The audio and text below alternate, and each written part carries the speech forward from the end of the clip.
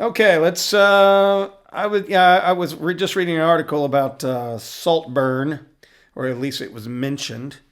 BBC reporter was asking Andrew Scott, the actor Andrew Scott, who was in the show Fleabag, played the hot priest.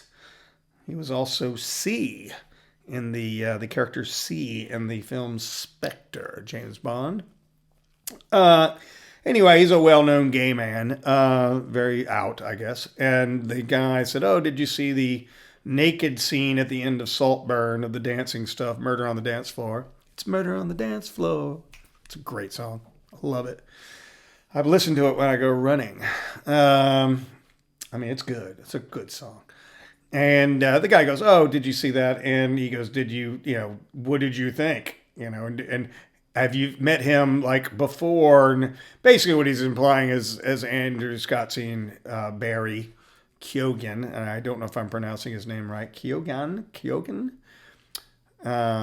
He was also in Banshees of Inisherin, which I really did like. But anyway, he says, "Have you ever actually seen it?" That's something about prosthetics. And Andrew Scott's just sort of like, "See ya." Anyway, internet freaks out, as it does. Anyway, Saltburn. It's a 2023 black comedy, which was written and directed and co-produced by a woman named Emerald Fennell. And you might know her. She played the middle Camilla Parker Bowles in The Crown. If you're a Crown watcher, you would remember her from I guess it would be seasons number 3 and 4. I think that seems right. Right. Anyway, yes, it's her thing, and it's her. She made a movie with a few years ago, which was really good. What was it called? Let's look it up. The Cram, Cameron Parker Bowles, blah blah blah blah blah blah. Oh, Promising Young Woman with what's her name? That's in Promising Young Woman, which is in what's her name? She's in Maestro right now. Anyway, Promising Young Woman. I'm trying to find her. Promising Young Woman. Why am I stuck here? I can't think of the woman's name. Oh, Carrie Mulligan. Durr. Right. So, anyway, yeah. So there's Barry Keoghan, who I first came across in Dunkirk, the film Dunkirk, and he's been Banshees of Inisherin. I believe I just mentioned that. Jacob Elordi. I don't know if I'm pronouncing these people's names right, but a very handsome man. I believe he was on some show on Netflix or some streaming thing. I don't know, but I can look him up. Let's see what Jacob's story is. Good looking guy. He was on something called the Kissing Booth trilogy. Oh, Euphoria, which is on HBO. It's a teen drama on Euphoria, and I have not seen that. So good looking guy. Rosamund Pike from Die Another Day. That was her first, I believe, her first film. 2002's Die Another Day. She's great in it. For a film that's sort of like usually at the bottom of most Bond fans' list, it's still goofy fun. It's Pierce's last. 2002, they would make a massive change with the next film, Casino Royale, starring Mr. Daniel Craig. But Rosamund Pike, she was with Halle Berry in that, and it's just goofy. It's a lot of fun. It's silly as can be. I'll watch it every time it comes on. So that's that. Richard E. Grant, With Nail and I. Richard E. Grant is a great British actor going back to the 80s. With Nail and I would be probably the first time he came across my transom, playing these crazy characters. These two guys that are completely broke actors. And his great lines are like, give me some booze. He's out of his mind.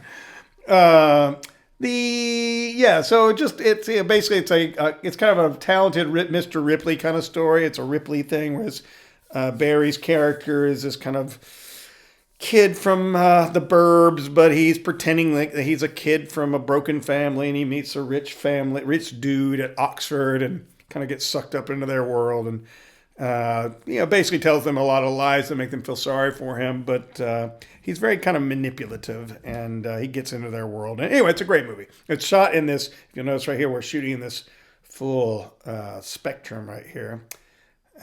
But the Saltburn is shot in this. I think it's called 4:5. I think that's what it's called, 4 something like that. But it's like this. Anyway, so really like Saltburn. I thought it was great. It did not get much award love at all this year, but I mean that's okay. Really weird. It's a weird movie. I mean, there's I remember when I first heard about it. They said there was these 4 scenes that are sort of like the scenes. They just are. There's. And I'm not going to give anything away if you haven't seen it, but there's definitely 4 scenes that are sort of like, you're like, I think a lot of people are like mouth dropping going, what the fuck? It's, and that is and it's wonderful. It's beautifully shot. It's cool. I'm a sucker for films shot at cool old British kind of castle manor things. The films of the upper class. I mean, I love The Crown. I love Gosford Park. I love, all sorts of things like that. So it really grabbed me. So that's, but it just did not get the love here. I don't think. Does it get any? I'm on its Wikipedia right now. Reception. It's done very well, I guess. But it was on TV, so it was streaming. So it's not, I don't know if it made a lot of money.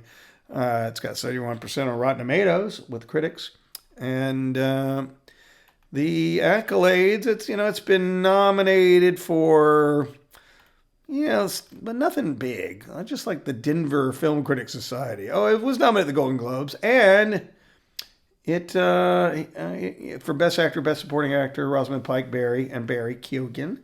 They did not win, I don't believe. No. No wins. Oh, they won the Set Decorating Society of America award. There you go. And People's Choice Award. I'm surprised they didn't kind of pick up anything there. People's Choice is sort of like, the people. So the BAFTAs, they were nominated. So, but nothing, no Oscar nominations that I can see on their Wikipedia. So anyway, that's Saltburn, which I enjoyed. I watched it. I've seen it. I want to say twice. I watched it myself, and then I watched it with a friend of mine, and she absolutely adored it. That's why I feel like I watched it 3 times, because we watched half of it, and then we came back and watched the next half, but we rewound a bit to remind. She needed to be reminded again of what the hell was going on. So, but I really enjoyed that, and yeah. All right, Saltburn. So that was the film of one of the, that'll be one of the films that's remembered of 2023 for sure. It probably caused, it got the most, I think, besides Barbie and Oppenheimer, kind of the most, oomph. I can't think of another film that had as much oomph as Saltburn this year, besides Barbie and Oppenheimer. So it's always surprising that it didn't get the awards that the nominations perhaps, but.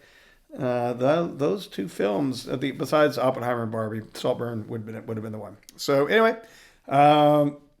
that's that for now. We'll come back and talk about some other things soon. So checking out for now, and soon we'll be doing this live. All right, ciao.